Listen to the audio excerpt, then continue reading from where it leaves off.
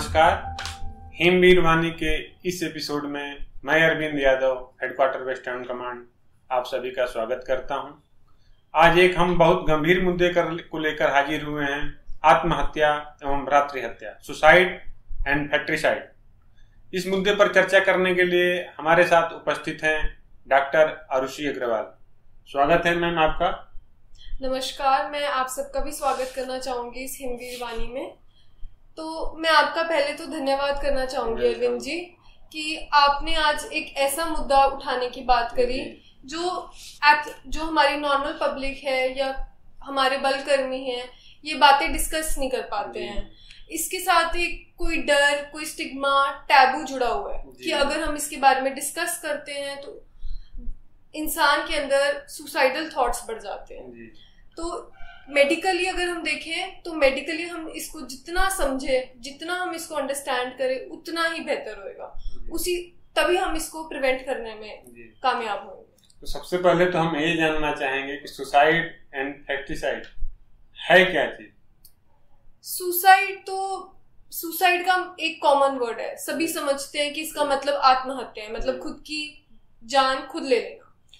लेकिन जो फ्रैट्रिसाइड है उसका अगर हम लिटरल मीनिंग देखें तो उसका मतलब होता है भ्रातृहत्या।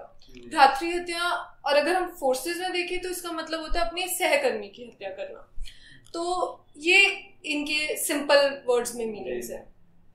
Ma'am, national crime record bureau की रिपोर्ट के अनुसार 2014 से 2018 के बीच कुल 397 बलकर्मियों के आत्महत्या के केसेस सामने आए हैं और वर्ष 2019 से 2021 के बीच भ्रातृहत्या यानी सहकर्मियों की जो हत्या के मामले हैं 25 मामले हैं। तो ये सोचने वाली बात है कि एक सिपाही जो किसी युद्ध में शत्रु को हराने की क्षमता रखता है, फिर भी अपने मानसिक युद्ध से हार कर और आत्महत्या जैसी घटनाओं को अंजाम देने के लिए मतलब उत्सुक हो जाता है और घटनाओं को अंजाम दे देता है। तो इनके बल में ऐसी घटनाएं हो रही हैं, इसके क्या कारण हो सकते हैं? देखिए, आप अपनी फोर्सेस में या आप जनरली भी देखिए तो ये एक जो सुसाइड जो टॉपिक है ये बहुत ही कॉम्प्लेक्स है। हम कभी एक कारण को इसके साथ नहीं जोड़ सकते हैं, कोई भी डायरेक्ट कॉज नहीं हो सकता इसका। इसमें मल्टीपल कारण हो जाते हैं जो इकट्ठे होके एक बंदे का मन इतना इमोशनली कमजोर हो जाता है कि वो ऐसा स्टेप उठा लेता है। तो अगर हम ब्रॉडर एस्पेक्ट पे इसको समझेंगे तो हम इसको दो कारणों में देख सकते हैं। एक तो है हमारी सरकारी सेवा से रिलेटेड और दूसरा है कोई पर्सनल, कोई व्यक्तिगत कारण। तो गवर्नमेंट जॉब रिलेटेड जो हमारे फोर्सेस में देखा गया है कि जो हमारे सिपाही हैं उनकी तैनाती बहुत ही डिफिकल्ट पोस्टिंग्स होती हैं।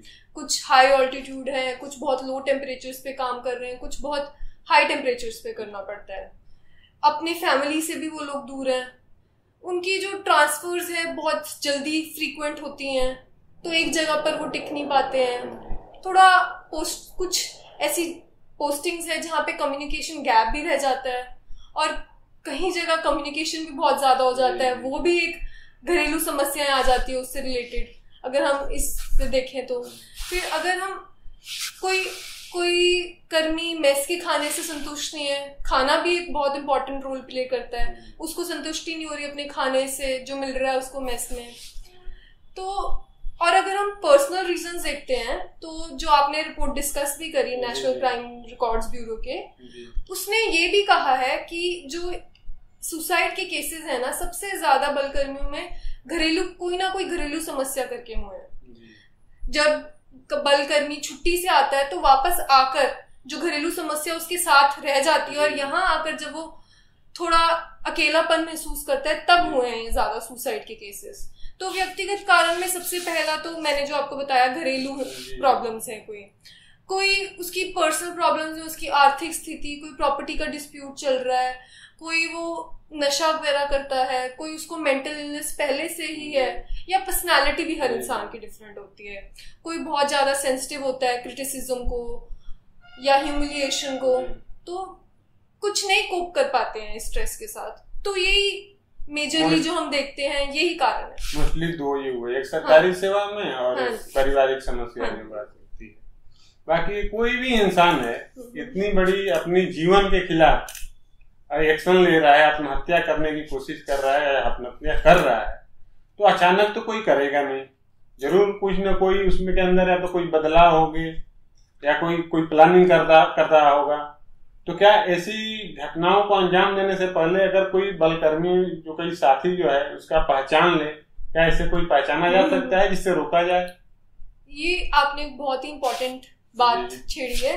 तो इस पे मैं यही कहूंगी कि अगर हम जो आप पहचानने की बात कर रहे हैं, अगर हम इस चीज की हम समझ ही इसलिए रहे हैं कि हम इसको इतने अच्छे से समझ सके कि हम उसके जो कर्मी इससे जूझ रहा है, स्ट्रेस से, तनाव से जूझ रहा है, उसको हम अगर जल्दी आइडेंटिफाई कर लें, उसकी फैमिली, उसके कुलीग्स या उसके कोई सीनियर ऑफिसर अगर जल्दी आइडेंटिफाई कर ले, तो ये एक बहुत ही इंपॉर्टेंट रोल प्ले करेगा इसकी प्रिवेंशन में, क्योंकि फिर एक्शन भी लिया जा सकता है, उसको मदद भी करी जा सकती है।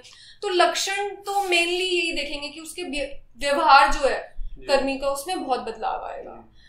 व्यवहार यानी जैसे कि वो बहुत अब उसका मन लो फील कर रहा है, बहुत चुप चुप रह रहा है, अपनी बातें शेयर नहीं कर रहा है, ड्यूटी पे समय पे पहुंच नहीं पा रहा है, कुछ आपके कमांड्स को रिस्पॉन्ड नहीं कर रहा है, अपने सेल्फ ग्रूमिंग वाली चीजें, नहान के नहीं आ रहा है, तो या कोई नई तरीके का नशा शुरू कर दिया है, बहुत से कारण, बहुत से व्यवहारिक लक्षण देगा।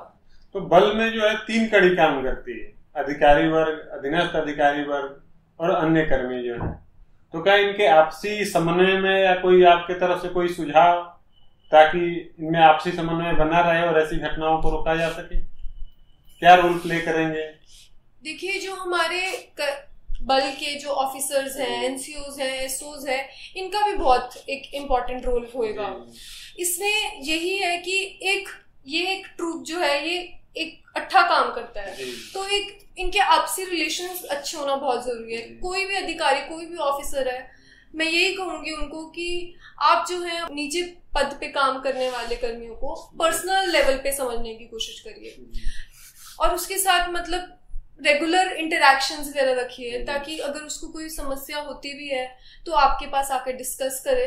अगर वो डिस्कशन आप तक आती है तो आप उसको अपने लेवल पे सॉल्व कीजिए, क्योंकि जो देखा गया है, जो ऐसा तनाव या कोई स्ट्रेस या कुछ भी दिक्कत, कोई मेंटली ठीक नहीं फील कर रहा है, वो घर जाना चाहते हैं, तो उसकी आप प्रॉब्लम अपने लेवल पे टॉक थेरेपी जिसे कहते हैं, काउंसलिंग कहते हैं, वो एक आम आदमी भी कर सकता है, तो उससे भी सॉल्व किया जा सकता है।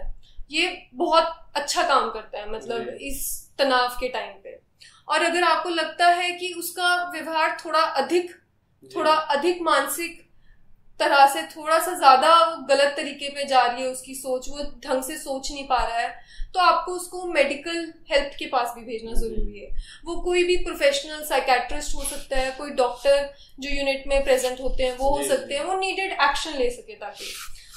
और ये भी कहूंगी कि जो बल कर्मी है, जैसे कि मैंने आपको बताया, हर किसी का व्यवहार, हर किसी की पर्सनालिटी डिफरेंट है, हर किसी की सेंसिटिविटी डिफरेंट है, जो क्रिटिसिज्म, ह्यूमिलिएशन है उसके प्रति। तो हमको यही चीज का ध्यान सबसे पहले रखना चाहिए कि हम उनसे इस तरीके से काम लें कि उनका सम्मान को ठेस ना पहुंचे।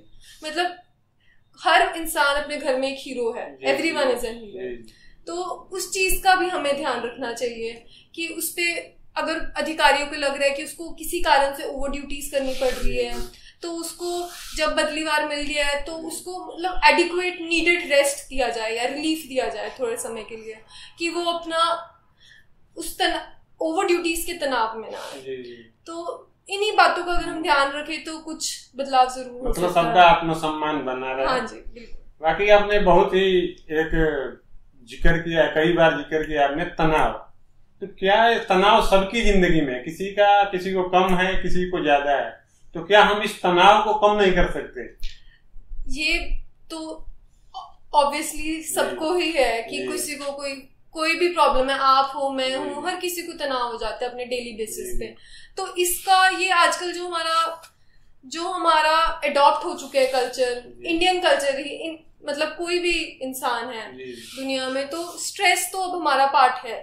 तो डील करने के लिए हम अगर कॉमन जो सुझाव है वो देखें, या कॉमन जो चीजें हम ध्यान रख सकते हैं, उसमें यही है कि हम इस चीज का ध्यान रखें कि हमारा पीस ऑफ माइंड कहाँ है। मतलब अपने आप को अच्छे कामों में ढाल लिया जाए, अच्छी किताबें पढ़ी जाए, नई नई चीजें सीखने की इच्छा होनी चाहिए।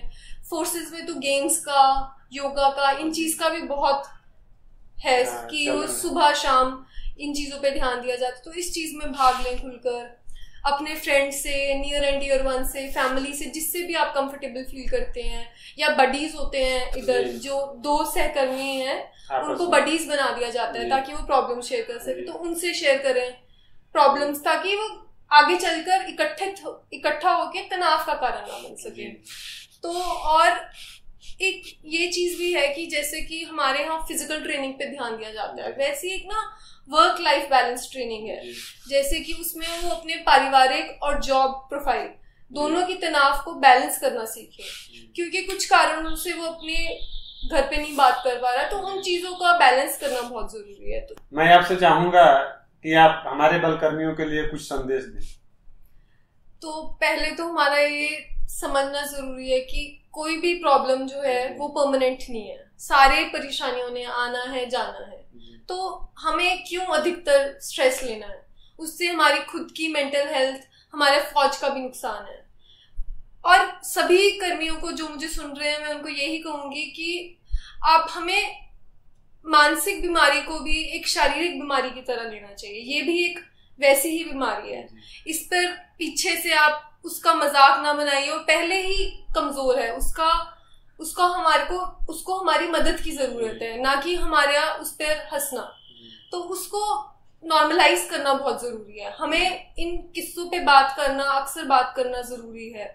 तो आपने एक कहावत तो सुनी होगी कि हेल्थ इज वेल्थ, तो ये सब जानते हैं, लेकिन ये समझता कोई नहीं है कि जान है तो जहान है। तो हमारा बहुत जरूरी है कि हम इस जिंदगी का मजा तभी ले सकते हैं, या किसी प्रॉब्लम से तभी कोप अप कर सकते हैं, अगर हम शारीरिक, फिजिकल और मानसिक मतलब मेंटल हेल्थ में हेल्दी है। अपने आप को खाली मत छोड़िए, एक जो खाली दिमाग हो जाता है वो शैतान का घर हो जाता है। तो इसके लिए यही कहूंगी कि अपने आप को अच्छी आदतों में डालिए, अपने मन की शांति रखिए, हर प्रॉब्लम में थोड़ा धैर्य, थोड़ा संयम रखिए। सबने कुछ दिन की बात होती है, सब चली जानी है दिक्कतें। तो जो इस प्रॉब्लम से जूझ रहे हैं और जिनको ज्यादा अधिक तनाव है, उनको मैं यही कहूंगी कि आप अकेले नहीं हैं, आप आगे आइए, अपने बारे में डिस्कस कीजिए, जो भी आपको ट्रस्टेड कुलीग लगता है, कोई फैमिली लगती है, उनसे डिस्कस कीजिए, अपने यूनिट के डॉक्टर पास जाइए। बहुत बहुत धन्यवाद मैम, आपने अपना योगदान दिया और इस चर्चा में हिस्सा लिया, और मैं आशा करता हूं कि आपके जो संदेश जो दिए गए हैं उस पर सभी बलकर्मी अमल करेंगे और आत्महत्या जैसी घटनाओं को अंजाम नहीं देंगे। और जिंदगी अनमोल है, इस पर मैं अपनी 2 पंक्तियां समर्पित करता हूं। जिंदगी अनमोल है, इसे ऐसे ना खत्म करो, आत्महत्या जैसा अपराध भूल कर भी ना करो। ये जिंदगी है, यहाँ हर मुसीबत का हल है, बस एक बार मुस्कुराते हुए मुसीबतों से लड़ो। वही मुसीबतें खुशियों में बदल जाएंगी और दुखती हुई जिंदगी खुशियों से भर जाएगी। धन्यवाद। जय हिंद, जय भारत।